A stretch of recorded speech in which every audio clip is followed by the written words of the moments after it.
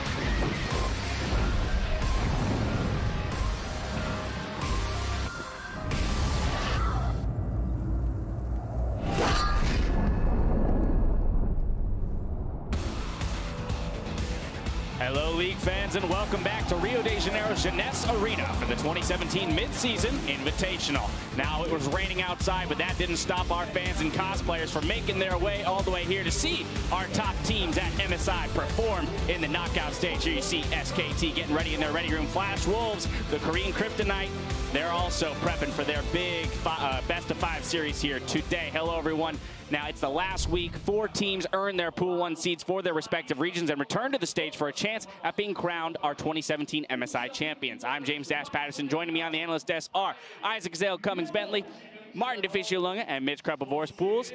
Guys, we've had a couple days to reset, take a breath after that crazy group stage, really competitive, decided on the last day who's going to make it to the knockout stage. You guys recharged, ready to go here for the knockouts? I mean, I'm feeling pretty ready. You know, I woke up this morning and I kind of got reminded that TSM didn't make it, but G2 did, and I was kind of like, yeah, okay, we're ready. We're top 4, we'll take it. Yeah, there you go. They got that Pool 1 seed, a little bit of redemption, but the road is still long for that G2 squad. What do you got for me, Crepo? I also woke up, because apparently that's a thing. DeFicio woke up this morning. That is part of being ready for this tournament. I'm here right now. I am not sleeping. We all got step 1 done. That was wake up and show up at the arena. For a reminder at how we arrived at our top 4 teams, let's go ahead and pull up the bracket. Last week, tournament favorites SKT took the #1 seed, but not completely unscathed. Both our #2 seed, LPL's Team WE, and our #4 seed, the Flash Wolves from the LMS, were able to take a game off of the reigning champions on the back half of the group stage. Then EU's G2 Esports earned their spot in the knockout stage after a comeback victory against North America's TSM, and they'll face Team WE tomorrow for a chance at the finals match on Sunday. Bringing us to our match today, where SKT look to make their way to yet another final by taking down the Flash Wolves. Yeah, and I think that while everyone is coming into this, SKT is the favorite. Everyone's expecting them to do well. I actually think that Flash Wolves can challenge SKT today. I think that at their best, they have shown that they can compete, and I think that guys like Maple and Karsa, if they show up big today, it could be a very competitive series. Will be an uphill battle, but it's definitely possible. Now, as we mentioned last week, the MSI prize pool has been increased to just shy of $1.7 million thanks to your contributions, and there is still time to raise the stakes. Now through May 24th, you can pick up Conqueror Karma and the accompanying award skin in client. 25% of all proceeds will go directly to the mid-season invitational prize pool. It's a nice skin. It's a nice ward skin. Shame we won't ever see it because people apparently don't like warding too much. So definitely pick it up, start placing some wards down. Exactly. Do it in style. Yeah, purchase it and then show people that you have it by warding a bunch in your solo queue matches. So smart. Your jungler and your solo lanes will be so grateful for it. Now turning to our match at hand, We joke about the Flash Wolves being the Korean kryptonite, but historically the numbers do back this up. If we look at it, they've taken 4 of the 6 games in the last few years that they've played against SKT. Of course, they've never played in a best of 5. Yeah, and I think that's a very important thing to highlight because, of course, in a best of 1, you know, you win that one game, it feels great, but there's no adaptation for a second, third, fourth, fifth game, and we will have adaptations now from SKT. They've already played Flash Wolves twice this tournament, so they should know what they're up against at this point. Yeah, and I think one of the things that's kind of interesting here, though, for the Flash Wolves is they've always felt that they could be competitive against the Korean teams if they could finally get that matchup. But they always had been getting knocked out by North America, you know, in the last couple international events. This time they take down TSM. They have their shot at proving they can stand up to SKT in a best of 5. Yeah, but they're also going up against a bracket stage SKT, which is a vastly different beast than the group stage SKT. Even historically, they've always ramped it up with a week of practice for a single opponent, an opponent that had to reveal quite a few things in the group stage. That is just what will be keeping Flash Wolves back. But hey, here's the hope that it's another upset. I mean, you talk about, you know, bracket stage SKT and how they improved there. Let's just talk about the straight improvement for the team and the roster. The 2 new guys, Peanut and Huni. Now, while Flash Wolves have already beaten this team, you know, 1-1 record in the group stage, there's no denying how strong these 2 individuals are. Yeah, and I just love the progression that we see from Huni. When he first got signed for SKT, there were a lot of question marks. A lot of people were saying this one-dimensional, super aggressive player signed for SKT.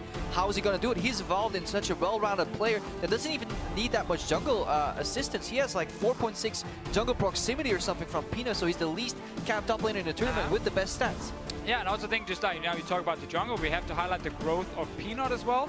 On Rocks Tigers, it was like 10-0, sometimes 0-10. A little bit of a loose cannon from time to time. I think on SKT right now, he's much smarter in the way he is playing, and he still gets unleashed in certain games, and he can go off for those like 14, 15 kills, whatever it is. He's still a cannon, just properly directed now. Yeah, you shoot him the right way. Exactly. Right way now. And I think one of the other things you have to look at is not just Peanut's growth, but the growth of the jungler role for SKT, because that has always been something people kind of talked about. Perhaps you can attack Bengi. Perhaps, you know, Blank will not have a good series, and that's some way that you can maybe find your way in. But with Peanut, you know, being so exceptionally good, it's very hard to find weaknesses in SKT. So then let's try and find those weaknesses. If we're going to point one out, where is it? Because a lot of people would look at Faker in the mid lane. In the games that they lost, he was definitely taken advantage of. Yeah, 100%. And I think that's the kind of the weird and sad thing is, like, if we have to highlight one guy who has been underperforming a bit compared to his normal level, it's Faker.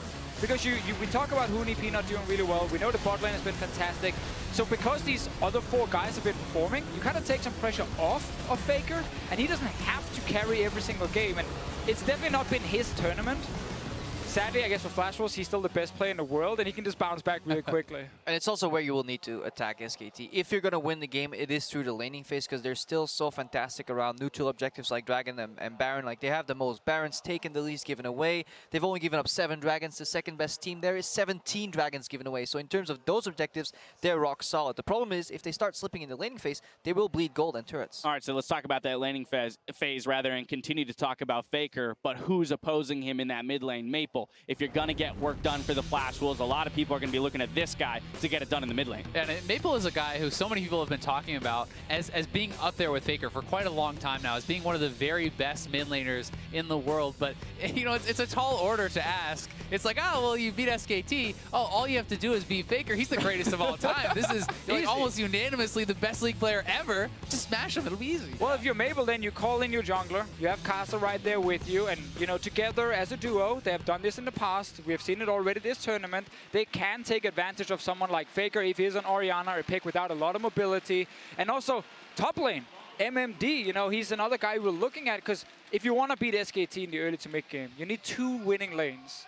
Mid is one where Maple has to do it, and then top lane MMD if he can snowball on Huni with a counter matchup. It's a big if. It's a big if. He needs Kasa's help again. So Kasa has to kind of set up both lanes at the same time, and then maybe we can see an upset. All right, well, while we head to predictions, Azale, I'm going to come to you first, but we talk throughout the beginning of this tournament, we kind of position the narrative as you have to play a perfect game to beat SKT. Well, here we are in a best of 5. If we continue that logic, you have to play 3 perfect games in order to take down SKT. So along with your prediction, what do you feel the chances are for Flash Wolves maybe mounting that perfect game? So I do think that SKT is going to take this series. I think it's so hard to bet against them. But that said, I do think this series can be close. And I think that, you know, it's a bit of a misconception that you need to play a perfect game, because if you look back at the Flash Wolves versus SKT game, people remember their perfect bear control, the great late game. They forget that their bot lane got double killed twice, and they still won this. That's not even close to playing the perfect game. Their bot lane got smashed, and they were still able to come through as a team. That's what gives me some hope that Flash Wolves can take a couple games off SKT here today. All right, but still going with SKT as the prediction. Deficio, what are you thinking? I agree 100% on SKT winning. Disagree on it being, you know, a little bit close right here, because the one win Flash Wolves already got can actually end up hurting them right now, because they already showed some of their cards. They had this really good pick and ban phase with the Fizz flex pick. That's kind of gone now. SKT will be ready for it. And also you kind of showed SKT, okay, we can still beat you on this patch. You know, another tournament where we're doing it. And it just means SKT will prepare even harder for this one. And we know historically you don't get more than one game in a best of 5. Flash Wolves got theirs in the group stage, They got theirs in the group stage. It's true. You know, I actually think it's going to be 3-0 for SKT. All right. Based on the fact they already played and lost to them. So SKT is going to lay down the hammer here in the knockout stage and show that they are truly the champions of MSI, or at least the favorites going into the finals. Crepo, which side of the fence do you land on here? I mean, I think I'm going to combine both these great points from these brilliant analysts. Like, while SKT gives away a lot, and they were actually vulnerable, they had 2 Baron steals given away versus W as well. I just don't think they do the same thing in the bracket stage, where they get angry, they over-prep. There's no way their drafts will be as generous as they were in group stage, and they will prep much harder. And for that reason, I will also say 3-0. All right, well, a lot of faith here for SKT winning it all. And the number of games, that's up for debate. Time now for us to send it over to the casters to get us onto the Rift. Hello everyone, and welcome to our first semi-final match of MSI 2017. I am Julian Pastry Time Car, and joining me for today's games is Chris, Papa Smithy Smith, and Joshua Jack Leesman. Gentlemen, welcome. Yeah, it's good to be here. Semifinals. It's been a long day off. Love to see how we know that SKT is an overwhelming favorite, but it's cool to see in the semifinal matchup a team that is 4-2 against them all time. I mean, that's a big thing. There is only 2 teams that actually have a positive record since the start of 2015. It's the Afrika Freaks, who somehow as an org always get it done, whatever the roster, and the Flash Wolves on the international stage. So if they are actually able to put past the Flash Wolves, it'd be another kind of thing in the war chest for SKT. Well, before we jump into game 1, let's check out our starting rosters. On the blue side, it's SK Telecom T1. In the top lane, Huni, jungler Peanut, mid laner Faker, bot laner Bang, support Wolf, and behind them, Coach Koma. And on the red side, it is the Flash Wolves now in the best of 5 against SKT. We got MMD in the top lane, Karsa in the jungle, Maple the mid lane, Betty and Sordat the bot lane with Coach Steak. And I do love that every game has to start with the champ select, because I think that's the obvious jumping off point here. One of SKT's more obvious weaknesses of the few they've had this tournament has been in draft. Yeah, and you have to question when SKT starts the group stage 5-0 and is unanimously looking like the top seed, how generic do their drafts become because they want to hide strategies? There were definitely some questionable things about their drafts, picking Orianna into bad matchups, blinding the Galio without any good inherent synergies, and they were punished for those things in the group stage. But like Crepo pointed out on the analyst desk, I think that will change for the bracket stage. And of course, SKT, because they have the runs on the board, deserve those high expectations. It's easy to say generic drafts when they've come back in the bracket stage so frequently and made things happen. So we give them the high expectations because of their wins. Well, the rain has come through and a storm is brewing here in the Jeunesse Arena. Here's big man for game number 1. SKT did select blue side here, and they'll start with Zyra and Syndra as their bans. Flash was on the other side, Twitch banned away from Bang, and Kennen away from Huni. Yeah, and for Flash Wolves, this is not too different than their bans against SKT in the group stage. The Kennen was banned against Huni in all games, the Twitch was banned against Bang later on, and the question will be whether or not they ban Fiora against Huni, because that was a blind pick champion that Huni pulled out against Flash Wolves in their first match. Now, something I want to point out is that SK Telecom has not banned LeBlanc. In every game they played in group stage, they banned LeBlanc on blue and red side. Faker hasn't played it this year, even though it is one of his most famous picks. Flash Wolves have actually only ever banned it once, and now as the time ticks on, they wonder, would they actually first pick it? Would SKT show the LeBlanc early in the draft? And with the Lee Sin ban and the Fiora ban coming through, we know that Lulu and Karma are both on the table.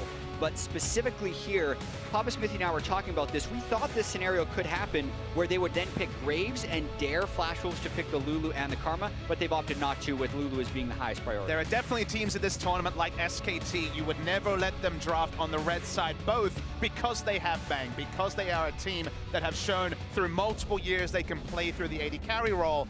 We don't really expect that from Flash Wolves, but regardless, they have first picked the Lulu, so picks like the Lee Sin, which were banned away, are interesting. And the Ivern that Casa hasn't played this tournament. He's been playing in solo queue. He's flashed it. It's a best of 5. We could still see it. Instead, Karma Graves are their first pickups, but I do like that little bit of flair for maybe a mind game there as SKT move over to their next 2 picks of this draft. Yeah, and now with Graves and Lee Sin off. Well, there you go. He does it. That's the next natural jungler. A lot of teams will put Ivern above it, and if there is a team that would do it, since SKT have the ability to carry out of any lane, the Ivern theoretically fits SKT better than it would the Flash Wolves. But it's a new SKT again. Peanut may go through jungle tier list, but it was always the jungle fighter tier list. It was always Elise being mixed up in this scenario with the Lee Sin gone. It's a very different style comp, and also a very early draft of the Caitlyn. Twitch is, of course, the comp they would want to run with the shielding, but they're going to go for the Caitlyn this spot. And thinking about the game Flash Wolves beat SKT, that was when Bang was on Varus, got early kills, but was unable to convert that. Now with the Caitlyn and also having Lulu and Ivern, if Bang is to get ahead, it is incredibly difficult for Flash Wolves to turn that around. Well, there's the Ashe pick for the Flash Wolves. They do want to take an ADC here, so they will. Now we'll move into our next ban phase. And the thing I love about this from SK Telecom, not just that it's very strong and it's kind of a new thing they haven't showed too much of. Faker can also play Lulu mid. It is unlikely, but the sheer flexibility this team has in draft is exactly why it's hard to play them. And my excitement is scrutinizing Peanut's Ivern, because his Ivern jungle pathing, the first time we saw it play, it was his first competitive game on it, was pretty poor, honestly. It seemed like very much a new pick for him, where he's picking up in scrims recently. So I want to see what sort of adaptations to make, because we've seen so much Ivern and very little overlap in Ivern routes so far this tournament. I agree, and Peanut's Ivern was not very strong. With the second phase of bans coming through, you wonder how the rest of the team compositions are going to float in. What's interesting here is the fact that Fizz flex pick wasn't taken at all by Flash Wolves. They would rather not have Betty being banned out instead of having a flex pick Fizz. And amusingly, Syndra was banned on blue side, so honestly the obvious flex is into the Syndra as a blocker, or to open up Syndra like the Flash Wolves were able to do last time these two teams met. Okay, ban the Syndra, remove that possibility. Again, the tantalizing pick for me is the LeBlanc that so far is not being looked at, and again, you just wonder, will they bring it back? Because we know Faker is a god of LeBlanc. Well, Rumble banned on by SKT, so top lane is kind of being taken here if you think about that. Fizz maybe going there as well. Galio Lucian's kind of cute from Flash Wolves, so also looking at Hootie, and of course, I think just moving the Lucian out of the game, we'll see if that develops at all in this series. Flash Wolves, though, looks like they do want to tank MMD, may opt for Nautilus here. And this would be a little surprising to me with Gragas still being on the board and really being seen as a stronger tank. That's something Hootie could absolutely match with if he wants to, and even Shen is still on the board, who does end up getting the advantage in the split push around 2 or 3 items. So I don't think the strongest pick right there from Flash Wolves, but it's trying to set them up for a counter pick in the mid lane. Now we get the answer on the mid lane question. It could still be the Lulu. The Orianna's still available. Haven't been convinced with a lot of the Orianna drafts we saw, especially towards the tail end, the second round robin of group stage. Sure, they have a ball carrier here definitely in the Shen, but this is a very low damage comp from the side of SKT. It's very focused on Caitlyn, even if Orianna 4,000 ELO shockwaves are possible from Faker. Well, my question was, does Maple just say, all right, the gauntlet has been thrown, LeBlanc has been left open the entire time, is he just going to take it here? To some degree it was left open, but the thing to remember, Patient Time, is the first pick was Lulu that we've seen lane very well into LeBlanc, so it's kind of a blocker until SKT committed on a mid laner, and now it's Orianna. You do kind of have the latitude to run the LeBlanc, to try to play the 1-3-1, because late game, if these teams are all grouped up as 5, you have to favor protect the AD carry, and especially protect the Bang. Yeah, SKT's team composition has so much late game insurance, but they also have pretty strong early games in both the mid and the bottom lanes. Yes, LeBlanc can get going and almost feels to randomly snowball a lot of games if she can make it into the side lanes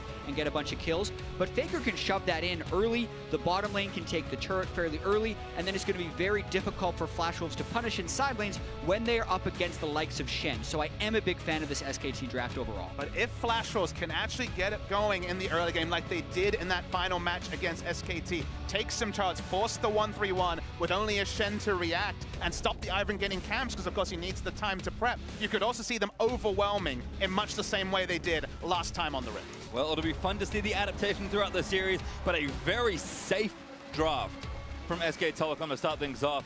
I think on the Flash Wolves side, if you look at Casa, you look at Maple, the two we're always looking to go up. These are very proactive picks for them to really open up a game. So a lot of things we thought were going to happen kind of eventuate here in the first draft. Yeah, and something that SK Telecom's team comp lacks is a surefire way of initiating. They're basically hoping that Faker can sneak in a shockwave somewhere, or that Huni can land an impressive flash taunt. This is a very common thing for SKT to do in team compositions, but if they are caught a little bit on the back foot, it is much more difficult for them to create openings. Well, we're going to move out onto the Rift for the first game of our first semi-final. SKT will play the Flash Wolves for the first time ever internationally in a best-of-5. In game one, going to tell us a lot. Flash Wolves grouped together, moving out. SKT found out nice and defensively. And honestly, SKT's playstyle this tournament has been a little bit less than what I would expect in terms of style, because you look at some of their numbers as hopefully no one gets caught out in a brush like we've seen already this tournament, although Sword Art's walking in first. Dang does spot them though, so it should be okay there. Going to move back towards Wolf, and his turret ward does stay up for SKT, but Flash Wolves invading for vision. Yeah, and this is Flash Wolves trying to disrupt whatever Ivern path Peanut would have. You always want to have some type of intel on Ivern, since it is a big mind game of whether or not he steals one of your buffs or goes for a full clear. It was that very innovative path. Some would call it bad, but innovative path from Peanut the first time we saw them. So, for context there, as Karsa is re-invading through the side, Peanut's jungle path. Oh, it's too quick. He's actually going for a kind of fake-up. Forced to burn barrier. Betty gets some shots down as well. Faker probably not going to have to burn a sum, although Sword Art's still here. It's really greedy to re-invade on the weak side where they already knew that multiple members of Flash Wolves were congregating. And okay, it's not Flash, but still, there is a penalty for Faker walking in so assertively. Yeah, extremely often you actually see the team ward and then retreat instead of ward and stay. And this then triggers Peanut to try and start the red buff. So any type of pre-planned route Peanut would have, which he did not do a good job of pre-planning his route his first time on Ivern, is going to be mixed up. He had to smite right away on red buff on the alternate side. But it's like kind of a next level, because the reason why I imagine Faker showed himself was to actually allow Peanut to go for this red side steal, judge how many people were going to be on the bot side, and sure nothing happened. So right now, Peanut has been guaranteed 2 buffs, or at least that part of the situation is happening. Yeah, I agree with that, but also with the way that Ivern needs to wait about 40 seconds for his camps to be able to be cleared, there's a chance he gets denied the Raptors he spent his resources to take. Notice how Karsa has directly run over towards the Raptors.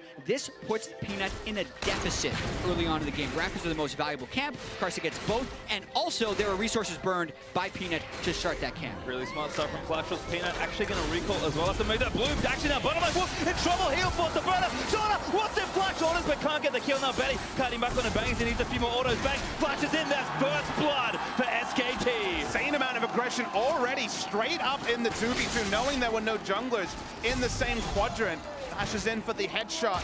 Does bang, and already a kill in the 2v2. Now mid lane, Maple actually going to force Faker's flash. Does get the chain. Casa was ready to jump on that play. Yeah, and I feel like that's an insane amount of greed in the bottom lane by Betty and Sword Art, trying to make a big play in a matchup where they feel they are disadvantaged. The Caitlyn getting a few kills is all SKT need to do to win this game entirely. So to go so aggressive with the risk of that coming back to haunt you, Flash Wolves pay the price. We're looking for the first moments of why this happened. Level 2 is hit first by Flash Wolves, but level 2 also is counter hit, and all the resources used on Wolf, including flash for an ult attack that was never going to kill. Karsa's bot lane though. No sums here, so they may have overstayed. Flash forward there. Wolf is going to be the target. There's damage back. Karsa finally grabs the trade.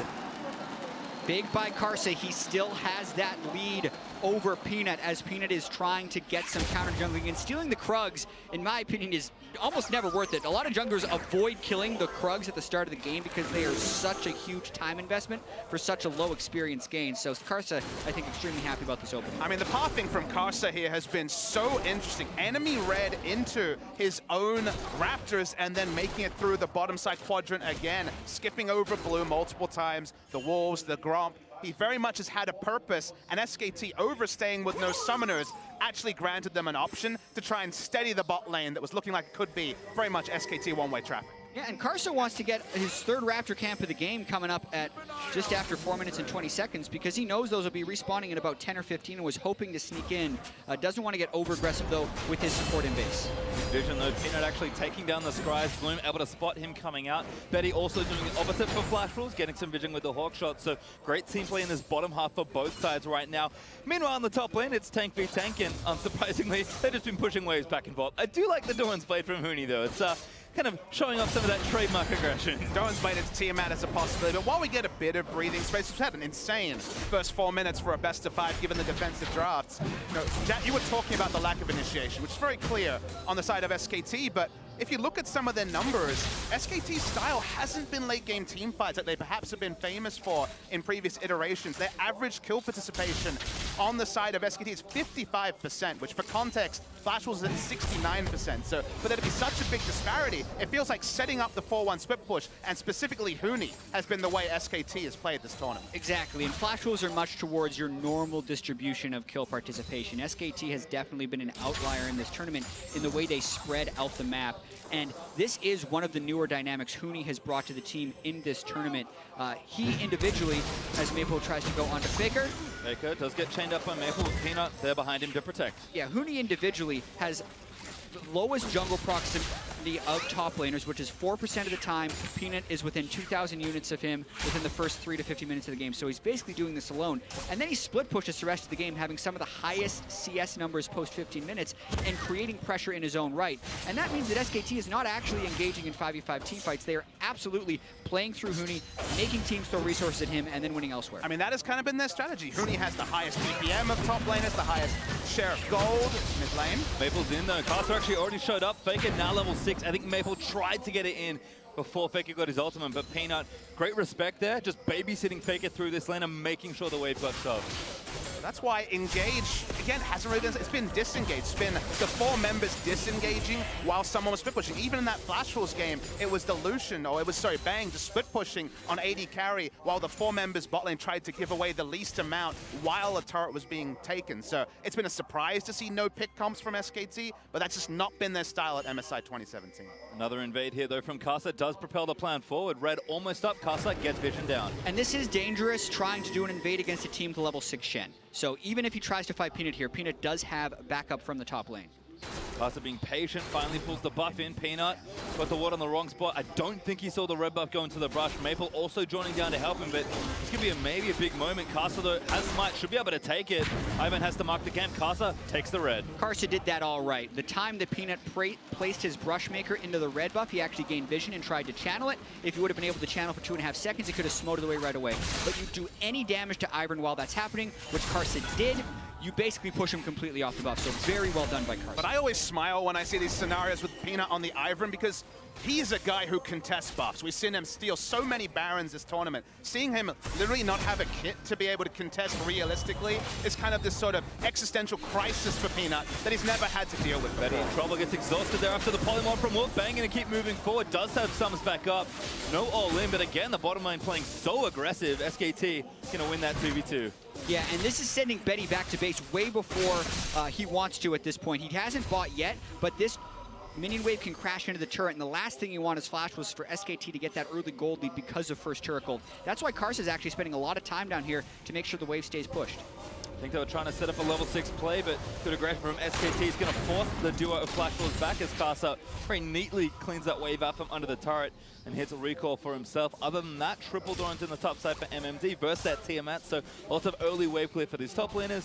And the early parts of that Morello Normicon, seen a lot of LeBlancs move away back into more traditional mid builds here. Not as many Gunblades, and much more going kind of your standard builds. As Betty actually going to transfer topside Flashwolves. They went out of that lane. Yeah, Bang's coming back with the BF sword after already having a pick sack advantage. That lane is going to get worse before it gets better. And now Flashwolves is initiating the swap onto SKT. It's most likely going to be given away the Ocean Drake when SKT wants, but more importantly, it's about who can race to that first turret fastest. And it's informed by a couple of factors. The reinforcements going down at 5 minutes means they can actually trade a race when it comes to auto attacks. Not when there's so much AD onto Caitlyn, but you understand the thought. Also, it is the Ocean Drakes. It's one of those lower priority Drakes. So would they make the same play with a Mount or Infernal? We won't have that information. But I do like the idea of respecting the buys coming through from Bang and just opting out of the 2v2 that they've been losing.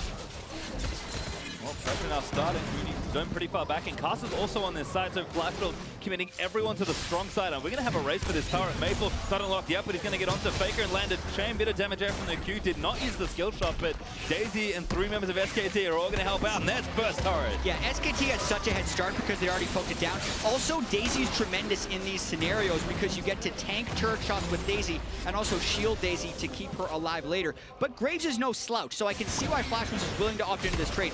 SKT will beat them in this race, but there's a chance they trade 2 for 2. Gonna push through, but it looks at things. Wolf does actually take some damage over the turret. MMG doing what he can to keep them off as he tries to clear the minion wave with his Riptide, but too much damage taken back here for the Nautilus. MMG can't stay without it being very unsafe. Faker trying to go over to disrupt this. You can see how much extra time the Daisy bought them, and now Faker might try to disrupt later. Throws the ball and lets him know he's there. Can't commit too hard though, Pastry Time. That's why he's being so respectful. Faker has had some oversteps so far. Maple went bot as well, but this turret should go down before he can get there. 2 turrets now for SKT. Just playing the trade a little bit better. Flashwolves looks like they're going to stick around for at least 1 more wave. I mean, tempo is so hard for Flashwolves to evaluate, with Daisy tanking up basically enough shots for entire minion wave, and also there being such a disparity in terms of AD between the two. So even with Graves doing more work, the tempo advantage for this split pushing was always there with SKT. And you can see the cost of it. They're most likely getting it on this 3rd wave through, but the time bought means Bang and Peanut are chipping away on that Ocean Drake. Yep, smite up of Peanut just in a few seconds, so it shouldn't be too difficult, and Flashwolves aren't even close to the area to try and contest. So again, a very smart macro play by both sides with SKT, as almost always coming out on top. And it's the next level part of it. I really like what Flashwolves did, opting out of the 2v2, but then even though SKT were being reactive, they make the right call, they make the right map call. We've seen teams kind of frustrate us with inaction or poor reads. I mean, even as far back as G2 versus SKT, the first game of the tournament, we rued how G2 got ahead and then just didn't really know how to trade up when they were ahead. But SKT ahead, behind, making a smart map call at the start of this particular series. Yeah, I would also actually like what Flashwolves did there because the bottom lane was getting worse before it would get better. So when you get a 2 for 2 turret trade and only give up the Ocean Drake, that's better than if Betty and Sword Art would have stayed in the bottom lane for another 5 minutes, because then you're losing 1 turret for 0 and also losing the Drake because of the control loss on that side of the map. So I think Flashwolves make the best of a bad situation. Of course, remove the chance of a dive as well. That was certainly a possibility. We still haven't seen Huni use the Stand United so far this game, so there certainly is a case for getting out while you haven't really been snowballed upon. And Bang, well, his go on the 80 carry dream. Doesn't need no boots, just got an Infinity Edge. Yep, really strong right now for the Caitlyn. Bang should be able to get comfortably through this mid game. If it accelerates, we've seen SKT consistently take over games in record time.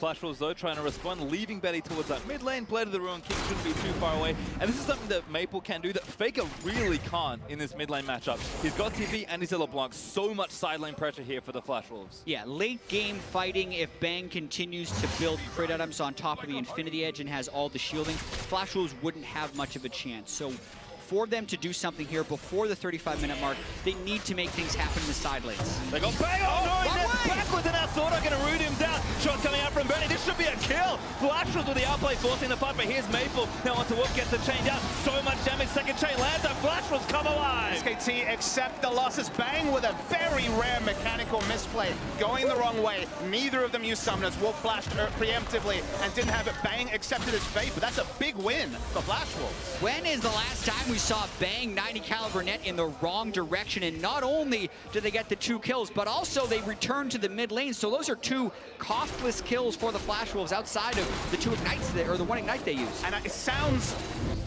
sounds kind of over the top to actually put the scrutiny on Bang, who has been so reliable. But he made some questionable arcane shifts forward on his Ezreal earlier this tournament, and then makes a straight-up misplay in that area. So maybe the microscope has to go on at least a little bit. Maple trades up and even gets a second kill. So Flash Wolves, they are ahead in gold, even if just by a small measure at 13 minutes. Also gets a blue buff, so Maple feeling nice and healthy.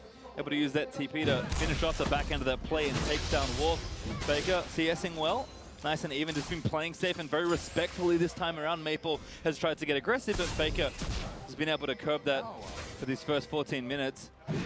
Maple though, backing onto Faker. It's a tough one to try and match, but Maple is going to get the chain down. Doesn't quite get the latch, so no extra damage. Faker again, standing strong. Yeah, he did manage to proc his passive though, so that's why Faker is down about half of his health. And also Maple's itemized a little bit more magic resistance in his build, so he's pretty happy about taking those trades on top of having his full corruption potion, so he will also out-sustain at this stage in the game. Maple pretty happy about that. If he ever gets the edge, he wants to make a roam. We can see Flash was actually keeping 3 here to try and defend this turret. Good wave clear from Sword Art. Gonna get the back end with an empowered Karma Q. This is tough for SKT to really break, despite how strong the siege with Ivern, Kate, Lulu is. And Maple seems like he consistently has pressure in this lane. I mean, top lane's looking good for SKT, but they're haven't made really a risky play yet. There's no dive just yet with the Shen. And SKT is happy to play into Flash Wolves a little bit. And I want the viewers to know that there's certainly an inevitability about late game team fights, but not necessarily about the game, because Flash Wolves do have a lot of tools to play the late game smartly. They still have a 1-3-1 that SKT will struggle to match, just not having the access to the teleport LeBlanc with Waveguard. They do have strong engage if SKT tried to play the 4-1 they played so frequently. So there is a lot of options in the Flash Wolves comp. It isn't just, well, the timer hit 35 minutes, the items are there, the game is over. Pass on to Peanut, but Peanut root calls and gets his way out. Can actually blast turn his way over and make sure he collects the Krugs on this side of the jungle. Again, Flash Wolves just sticking to this top side for now. Maple feels like he's more than comfortable sitting in the mid lane wave clearing, but we might see a swap up as recalls come out, and all that damage Maple did was without his first major item really completed, so I think he's going to go back soon. He should have enough for Morellonomicon, and Blade of the Ruined King also being done for Betty means that Flash Wolves can start maybe playing with their lead a little bit more. Again, it's not a huge lead, but might be enough to really get something going, especially with that next Infernal coming up in a minute. Yeah, Maple sitting on 2,000 gold, so a pretty generous recall is what he's able to get off right now. Picks up the Morellonomicon, and the Drake in 1 minute is definitely what the control is going to be about. Huni's level 11, very powerful Shen Shield. The amount of anti-burst that SKT has is absolutely immense, so it requires Flash Wolves to actually get off really good initiations. Carson needs to AoE and threaten multiple people at once, otherwise SKT can even turn it around at this point. Absolutely expecting a big fight around Infernal Drake. Has to be pretty insane burst because Redemption is there, shielding is there, so the item timings are already being hit by SKT, so whatever it is from Flash Wolves needs to be decisive, because the re-engage after a redemption is a big possibility for SKT. Love the early ages from Peanut, as well as Flash Wolves moving to the area. SKT were first though, so they're able to clear out left side of River Vision. Here is Bang gonna get aggressive with Lulu behind him. Betty gets some shots back in, but that Infinity Edge gonna do overtime work here for Bang. SKT again, like they've always done, just moving perfectly throughout the objective, getting the vision down and kind of seeing what Flash Wolves want to do about it. Yeah, and pay attention to Huni as well. He is Titanic Hydra shoving in MMD a lot, and he actually wants to stay kind of far away from him so that his ult and teleport don't get disrupted by the Nautilus. Any poke someone gets before the fight is also incredibly crucial, as this is a very close point in the game. Maple looking for a pick, tries to find Peanut, does get some damage down, but used his ultimate. It's on a short cooldown, but Peanut is kind of low. Flash Wolves might have enough to move onto the Drake aggressively. He certainly won't see a recall from Peanut here. Won't use the redemption either, so just has to kind of lick his wounds at 50% HP. We've already seen Shen start to move away. He now returns top lane. Flash Wolves didn't see it, but Peanut just used his last charge of Smite. So if Flash Wolves do go into a Smite fight, they have a massive advantage. Gonna be a while there for Peanut. About 60 seconds or so as Bang having to clear these waves back and forth. Flash Wolves again are trying to do everything correctly. Maple bottom lane getting mid priority, and Casa one hit onto the Drake. They are going to start it. They're positioning on it. We'll see if there's any reaction from SKT. Faker's far away, so for now it looks like they might cede it, but SKT are moving up as 3. He did it again. No, it's Michael. Has to be a fight. Bang, Aaron again. There's the Drake over to Flatchels. Bang, though. He's going to get out of Sword Art. Tries to root Peanut. Maple round to the side looking for a monster flank, but Oriana's right behind him. Casper and Betty still getting chased. Faker is going to get Sage United on, but Maple trying to get the damage down as Bang. Ace in the hole all the way over. Flatchels disengaged, but Maple is in uncharted territory. Ace in the hole on the wrong target. That was the clone, actually, that was altered, so no reward there whatsoever. Maple will go on the grand chase and get away. That was so well done by the Flash Wolves. The way they didn't over-engage as the redemption comes out. The way that Maple stuck in the backside and actually caught Faker running over. Never actually having to engage to get turned around by the Shenol. They get the Drake as well as a pushing top lane as MMD catches up to Hootie and CS. Might even steal the blue buff, but Maple going to have to get out of that one. Root Caller will not latch through for Peanut. Instead, he'll take the blue away. Faker will get the piece of candy and collect the buff for himself. But this is the kind of measured play we've seen around Objective and Flash Wolves when they beat SKT. Yeah, measured play, controlled aggression, whatever you want to call it. Flash Wolves have done it in fits and spurts, but very noticeably against SK Telecom the last time out and in this game as well. They're being respectful, but also pushing when they need to. And that's a great sign that we might actually get a competitive best of 5. Yeah, and also with Peanut pulling out this Ivan for the second time, having one of his worst games at MSI from an experience perspective. At 15 minutes, he was ahead of his opponent every single game in experience until this one where he was down a level to Karsa. I mean, how many times this year have we seen Peanut and Hoonie at 20 minutes into the game with bagels in every slot in the scorecard? That is absurd to me.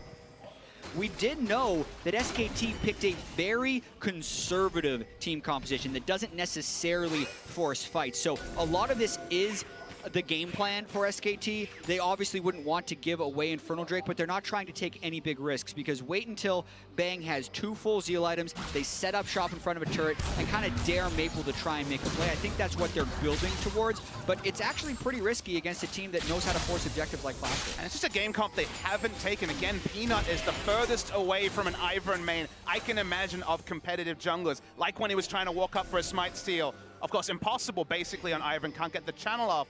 This is just not something that he's used to, so it does feel like that in some cases the execution is certainly not there, and it's surprising to see. Now, it is the first game of a best of 5, so if you're going to try something new, it's a great time. But for now, the results have been up and down. Yeah, and they're trying the 4-1 right now. Ivern is obnoxious in the mid lane, especially with Caitlyn and all the shield that they did want to set up shop, but interestingly enough, they're not actually sticking to it. They're respecting the LeBlanc flank pretty substantially. There's an excellent flow of pressure in this game here, although actually a gank, no, not quite onto Hoonie. Flatchels dip down and see what they can get done. I mean, we're really playing side lane versus mid lane right now. SKT are trying to bust down this mid turret and get the map opened up, and Flatchels say, we have 2 TPs, we're just playing the side lanes and running you around. SKT has to be respectful because they don't have vision on the blue side jungle of Flash Wolves, so they don't see members of Flash Wolves. Hoonie could be getting collapsed on. Maple is around, but he does get ace in the hole by Bang, who is the biggest member of SKT right now. Turret is low, Bang shooting where he came from the brush, but Flash was maybe looking for something here. MMD blast cones over aggressively, trying to posture. Maple in as well. Arrow hits Bang again, and Maple dives through to flash on from MMD, but Faker, 3-man circle, but not going to Bang, gets exploded by Casa, and that's almost all the damage. Maple is going to move in now. Faker gets hooked by MMD. SKT fighting a 5v4 as best they can. Sorta takes a big chunk of damage. SKT looking to disengage. That was a ton of damage into Bang right there. Doesn't use his shield, but that's because he thought he was going to be over-shielded. The fight continues. Hoonie now caught by MMD, but the Polymorph is going to keep the Nautilus away, but now Hook planted onto Hoonie. Benny laying arrows into the back of Shen. Wolf, this doesn't have any more protection, but Ivern does as he runs back to Peanut. Flash Wolves, though, what incredible target selection to just get 1 kill. I mean, the target was so clear, everyone understood it, but the fact they could actually kill him through Command Protect, the Ivern shield, the Shen stand united, and also Wolf's suite of healing and shielding lets you know just how much damage they had to dump. It will get more and more as the game goes on, but 3rd time Bang's been hit by one of these Ash arrows, and the Wombo is clear from Flash Wolves. Yeah, they get the Graves ult to actually get the last hit. All of the shields were used on him, and he was unable to stay alive. He is getting caught out too often with that type of front line. He cannot be hit by those Ash arrows, especially after using his E. Maple in again. Peanut now going to be the one rooted up. Flash ball, but Maple lands another long-range chain. This goes over into the river. Carter flashes instantly. The Flash Wolves out the butt. Peanut dead. The Flash Flash Wolves' aggression is really getting them advantages. Peanut thought he was safe, but Flash Wolves slipped in, hit that second chain, which was the money one, and now suddenly this game's turned on its head. And the key to Flash Wolves when they do beat SKT is that when they get those picks, they're able to convert them into objectives. So it's very critical that they're able to get something out of this, whether it's more vision control for later play or to actually open up this mid lane, which is so hard to do against that wave clear. Been the holy grail of the game for both these teams, it feels like, but damage, chip damage is not enough on this turret. They do get it lower, but Maple has to go back to answer the side lane. TP is down for now, and again, the push and pull starts. Betty finally misses an arrow, but the target once again was Bang. And Bang cannot go. QSS needs to build damage. You can see a Chalice, a Chalice into a Mikhails will be coming through eventually, but he needs to build the damage. He doesn't have the latitude to go QSS and have more damage fall off, and thus he really needs to keep sidestepping these arrows until that Mikhails is complete. Big long lanes to play in as well. MMD has almost got the wave down to that bottom outer turret, but Huni is there to answer. Ultimate not quite up just yet, but he will have his teleport. So again, Flash Wolves need to respect all the globals on the map as the watches again. Maple, such great flanks already this game. He wasn't spotted and got the first chain. The second chain, though, was the one that really separated Maple from a lot of players. And Carson and Maple, they are the duo, and they were single-minded, and they picked up the kill on Peanut. Yeah, gaining a lot of control in that side of the jungle. Ocean Drake will be up as of now, actually, and they're still setting up the split push because they can threaten both Baron and Drake theoretically at the same time. It's all about their level of deep vision and how much they can penetrate the jungle with Maple and Betty's vision.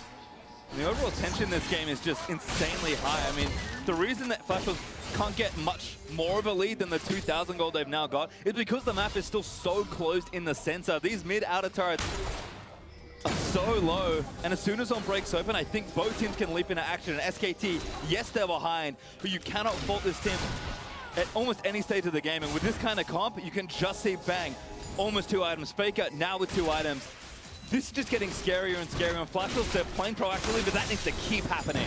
Yeah, and Bang will have to play better as this late game progresses. If they're going to have her protect the Caitlyn, he has to be in positions where they're able to protect him. It's going to be tricky right now because SKT definitely doesn't look to be firing on all cylinders or being that crazy, angry SKT we may have expected from game 1. I want to draw your attention to the fact that right now Peanut is 1,700 gold down on Ivan. Certainly a thing that can happen, but what the reality is, and one of the reasons why we only saw a single Ivan pick in Korea during the whole course of the LCK, there were a couple of bans, but only a single pick, is the big problem is when you fall behind, especially to a 1-3-1 comp, you don't get access to many jungle camps, which in a normal game are going to be shared between the jungler and the rest of the team anyway, and you can just fall further and further behind and not really be able to actually offer up much of a contest if you're Ivan. Yeah, I feel like Peanut also just not comfortable on this pick. I think Ivern has proven to be a first pickable jungler and something that can work in almost every situation at this tournament, but not when you are channeling the wrong camps at the start of the game and not getting that early advantage where Ivern generally thrives. This is the second game in a row where Peanut did not have a good early jungle path. And I think for once, SKT's incredibly high Drake priority might have actually cost them something they didn't want to give up. Flash Wolves, they trade the Ocean Drake for that mid-outer turret, and yes, their mid-outer is also very low, but I was talking about the map being opened up, MMD getting pressure down, the TPs are starting to come back up. Flash Wolves, they have a few moments in these next minutes to really bust the game wide open. But the issue with SKT is they can't really force much. They don't have a comp that can force, so even if they're trading down in terms of effectiveness, as we see them actually taken out of mid lane. Bang again gets stunned up, but arrows are there. Flash Wolves fighting 2v3, 2v4 with Daisy in the mix as well. Flash Wolves disengage it. Oh, could turn it back around. Faker does get the shockwave on the caster, but that's a cooldown burn as Flash Wolves are collapsing. MMD coming in for the right-hand side. Maple looking for the flame join. He's going to flash it out. Maple getting in there, but there's the depth touch on. Bang does take out Sword Art. SKT may have just defended Maple. Getting a quad, he's forced to flash the Sword away, but Faker chasing in. Needs one more order. Gets it now. MMD back with the blast code into SKT. Going to flash out of the way, but Faker going to keep chasing. Root Call lands from Peanut. MMD, he's tanky, but it's not enough. There's SKT with the team fight. And listen, that's their way of forcing you. Throw down Daisy in the mid lane, and you force the other team to come to you. Shut down from Bang. This fight was so much better from Bang. Had to flash defensively, straight into basically melee range of Akama, took her out, and then the target selection there, much cleaner. And you make that play at 27 minutes, and suddenly, Baron is a real objective. Yeah, this is what we saw from the SKT draft. They needed to be able to withstand and not get starved out in vision by the Flash Wolves. Flash Wolves were hesitating for a second in the way they collapsed. They stick around a little bit too long in the mid lane and allow Bang to get out a lot of poke so that they can't all focus Bang at the same time. And now SKT in total control. We get to catch this replay. So Bang is caught in the front line, but this time the shielding is early and is effective. They get Bang up to basically full health with the redemption. You can see Nautilus is coming up. LeBlanc is coming from behind, but the formation from SKT is strong. They finally get the slip onto Bang, but wait for the flash. Yeah, Betty and Sword Art are actually out of this fight early, so Bang actually just flashes straight to killing Sword Art. There's no damage back up there, and Maple isn't actually going to burst someone through all those shields in a 5v2 team fight. If Graves was grouped with Karma, maybe that's not a safe flash direction. Maybe he's taken out in the backline, but the fact that he could regroup with his front line, with his shields, meant that it was just closest target, front-to-back action from SKT. And now, the impossibility of playing SKT is kind of here once again. It just doesn't really matter how far ahead you feel sometimes, because when this team starts winning, they just take everything off the map. And that damage tells a lot. Yeah, when Caitlyn's the biggest number, you know that SKT have almost certainly won a fight. So finally Bang got through the early hiccups. It's early here, it's 3 p.m. for gamers, that can be the morning. So he's getting through some of those jitters. It's back to the Bang we thought we would see, but certainly didn't hit the rift for the first 20. Yeah, and he also goes QSS on top of having a Mikhail's from Wolf, so they can cleanse multiple CCs, assuming they don't overlap.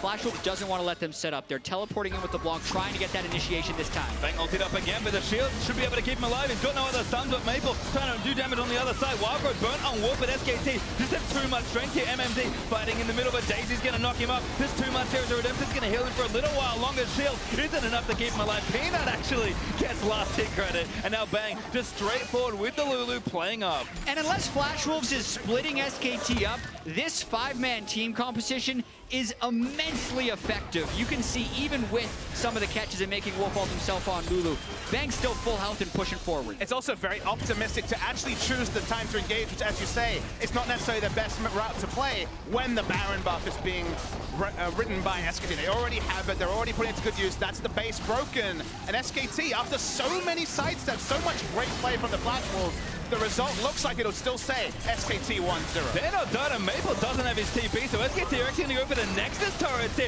Carter gets caught out. That's a kill again for Bang. Rooney loops forward, tries to find Betty, but Betty's going to kite back. Stands United, though, going to keep Bang himself alive, and he's just laying shots into the back. Ace in the whole block by Sword Art. Faker forces the flash with a shockwave. Nexus turret number 2 down as now the Nexus is exposed, and SKT in one fell swoop may well end this game. Maple polymorphed up, dead to Hooney, as Hooney now get wild growth up so they can finish the rest of the fight. Betty is tickling the tanks in the front line, and SKT just will not be stopped. Sword Art trucked out into oblivion, and that's going to be game 1, SK Telecom. It was over right when it started for SKT. As soon as they started pushing that mid lane down and committing to it with about 2.5 items onto Caitlyn, Flash Wolves was unable to mount the right answer. They seemed like they were in it because they were playing the side lanes and able to get a few kills on SKT, but that's the patience of SKT, knowing exactly when to pass. And the history books will remember that SK Telecom won the first game, but certainly were behind for the majority of the minutes this game was played. And you wonder how this will sit with Flash Wolves, because on the one hand, you could take away and be like, all right, our early plan worked, we did some great things, you know, we were winning till we lost, basically. Or you could actually have felt up, you could have felt confident, and then had it ripped away from you so quickly. So how they play the next 15 minutes of game 2 is going to be really interesting, I think, but the context of this series for the Flash Wolves. Right, because you could see a little bit of panic very early on from Flash Wolves in the bottom lane where they were flashing forward and end up giving a kill over to Bang. But I do think there are promising things to build on from Flash Wolves in the fact that they could make some of those turns. But just compositionally, SKT had such a cohesive 5-man unit. Even though that's not necessarily how they'd been playing a lot of this tournament, when they did group up, they showed that they absolutely can play that style. And Bang showed his chops after getting picked off a little bit. Amusing how the scouting report was kind of thrown out. They went for a comp that very much was about kill participation. Everyone's putting shields. Very much it's going to be high assists on every number. When you're SKT, when you can play flexible, we've seen protect the comp, we've seen 4-1 split push. We knew they could come back to this strategy, but it's actually been very slow going for them in this game compared to their style and others. I mean, the thing for me is, yes, the comp was very good and had a lot of insurance built in, but that felt like one major mistake, and that was all over. But to give us their take on that SKT win, let's send it over to Dash and the analysts. Thank you very much, gentlemen. SKT grabbed the first win of the series, and in decisive fashion there at the end, right? It kind of Baron comes through, and then they close it out cleanly. But up until that point, many openings for Flash Wolves, at least with the early kills going over. Before we get to the gameplay, though, I want to talk about champion select, because, Martin, you were talking about how, hey, showing our hand, that group stage gives SKT that full week of prep to really know how they want to attack champion select and set themselves up for this game. This time around, immediate ban on the Syndra, immediate ban on the Lee Sin. Let's get those early playmakers off the table, and then they draft full late game. Exactly, like the two picks that were used to really beat, you know, Faker and Peanut around the mid lane when we saw Flash Wolves take down SKT were exactly Syndra and Lee Sin. And you don't need to trade them for anything. Like, your blue side in this first game, that's why they picked blue side. Ban them, get rid of them, and now already you kind of know, okay, the snowball from Flash Wolves will not be as effective as we saw last time, and it hurts Flash Wolves a lot. Yeah, but it's also a composition that goes very much so into the late game. Azale, we were talking about backstage, you know, is it catch-22? SKT now gets stronger in the late game, so you can technically beat them early, but if you make one mistake, and that's what we saw, I feel in the mid game, the problem with this comp for Flash Wolves is that they didn't have any dominance on the side lane. So LeBlanc wasn't putting enough pressure. Nautilus got pushed in by the Shen. Technically, LeBlanc could get that, but maybe she just rush pure AP and skip the Negatron cloak to maybe get that silent pressure. It's really hard to evaluate that. Yeah, it is, and it's always one of the things that has been the biggest strengths of SKT. We talk about why they're so good in the mid game, why their objective control is so good. It's because they always dominate side lane control. They always have control of the wave. So even when Flash Wolves got kills, they weren't able to necessarily get rewarded with a lot of objectives off of that. Whereas SKT wins one fight and they take everything and the game's over. Sure. I mean, I want to talk about why LeBlanc couldn't do anything in the side lane, because while she 1v1 could push in Faker, the problem is the mid lane. Caitlyn Lulu is such a good combination in these scaling comps because you put Caitlyn mid, she has wave clear, she has long range, she has traps. That actually means she can push in the enemy AD carry mid. So SKT had control mid all the time. If LeBlanc were pushing like past the river, trying to kill Faker 1v1, Peanut, Lulu, whatever, they will just roam up to kill LeBlanc in the side lane, and we suddenly flame Mabel for overextending. So when you lose that mid lane to Caitlyn, you can't actually split push properly. And that stopped Flash Wolves from really snowballing as well. I do think that Huni's build also kind of plays into that because he's going straight Titanic into a Spirit Visage. That is essentially like the ultimate pushing build against both the Nautilus and the LeBlanc, the two people who would be answering him in the side lanes. So even if you send the LeBlanc over there, he's already itemized for MR. He already has very good wave pushing with the Titanic, and he's going to be able to answer you a lot more easily than normal. Yeah, and all these points combined made it so that the Flash Wolves were stuck in the mid lane. They couldn't really do much. They had to arrow their way out. But the problem is, if you don't have side lane pressure, it's really easy for SKT to position in a way where arrow hits like minimal damage, you know, or not targets. And they even got a few nice arrows onto Bang, but even then, SKT as a bolster was always positioned nicely. That's why if they win that one fight in the mid game, suddenly it was over. But looking at the draft, right, SKT comfortable rather to play too late. Flash Wolves, kind of the onus is on them to get things going in the early game. We saw a lot of action across the map very early on. Let's look at that bot lane. You had mentioned in the win that Flash Wolves got, you know, their bot lane had gotten beat. Well, here they are going on the aggressive side. And I mean, this one was ridiculously close. You know, almost get a kill on Wolf. The flash forward from Sorter is probably a bit ambitious, but it was a really close fight. It's quite unfortunate that he actually flashes into the start of the queue as well. If Betty managed to flash over the enemy AD carry there, over Bang, it would have actually worked out. But the fact is he just Bang, he flashed onto E and Q from the Caitlyn there. The problem is, what this meant was free pickaxe, you know, for the bot lane. And you didn't really see anything happen, but it was this slow mounting pressure in the bottom lane that got SKT for free through the early game. So despite Karsa here going off on like 1 or 2 or 3 kills, it was already kind of nullified. The opportunity cost, if that bot lane actually swung towards Flash Wolves, would have been a very pressured SKT in the early game. Yeah, absolutely, because that 2v2 still goes in favor of SKT with that pickaxe. Now, of course, Karsa did capitalize, returning there as we saw for the gank, and then kind of using that advantage to push it forward into the game. But then I think that's where we get back to your guys' point around having less tools to start fight. Basically, Flash Wolves now relying on that arrow as their only source of engage. We saw that 13 minutes in. Okay, if Bang makes a small blunder, we can capitalize on the 2 for 0, but that's about all that we get. Yeah, and now the classic SKT thing is, you know, they make a mistake and they lose 1 or 2 guys. They don't really lose anything else, because at this point here, they've already traded these side lane turrets, you know, 2 for 2 for both teams. So it's kills for Flash Wolves, but then nothing after. They get another arrow on Bang, get another kill. This time they finally get a mid tower for it, but it's very small gold advantages they get against a comp that would just completely outscale them, so the gold barely matters. And part of the key thing there is Bang realizes his mistake, doesn't waste either summoners. Huni does not ult in on Shen. They're just still pushing out bot. They're accepting that this has gone wrong. They don't commit anymore once they realize the fight is lost. Yep. And that is why you very rarely see SKT with these catastrophe fights. Well, that was all before 13 minutes, and the gold differential fairly even up into the 20-25 minute mark. Let's look at the 27-minute replay here, brought to you by Asia. This is the 4-for-0 in mid lane that really gives SKT the game. And it is funny, you know, your scaling comp has already hit the late game, your Caitlyn is really strong, and you haven't lost Baron, which is what basically the other team needs to actually snowball fast enough against you. So now you can start playing your game. I think this is a bit of a mistake here, though, for the Flashes. I think it's this fight where they...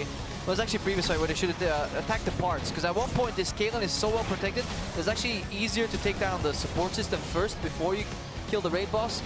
The problem is, when SKT gets a position like this, all 5 members in prime positioning to protect and serve Bang, even Faker in a supportive role, you will not break through that hold. You need your side lane to kind of unlock SKT.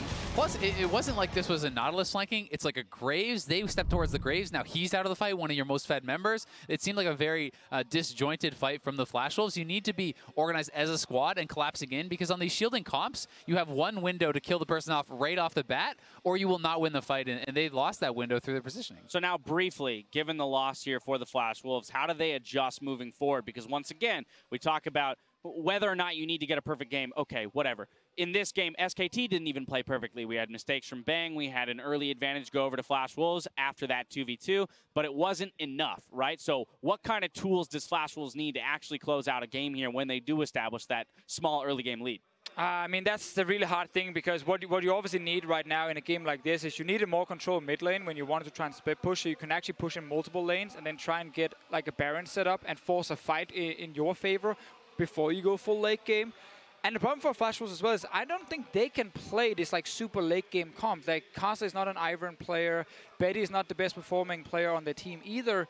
It might be more just you got to just full commit to early game again and again and hope you get a big enough lead. Hope, and also you can't over-respect SKT. If you see a window, go for it. If it fails, so be it, try again, because that's how WE did it as well. Just unrelenting aggression on even the smallest windows, because if not, late game, SKT will control the map. All right, well, Flash Wolves will have blue side in this next match, so hopefully side priority there might help them out in terms of drafting the tools they need for victory. We're stepping away for a quick break. When we return, we'll see if the Flash Wolves can answer SKT in Game 2. Don't go anywhere.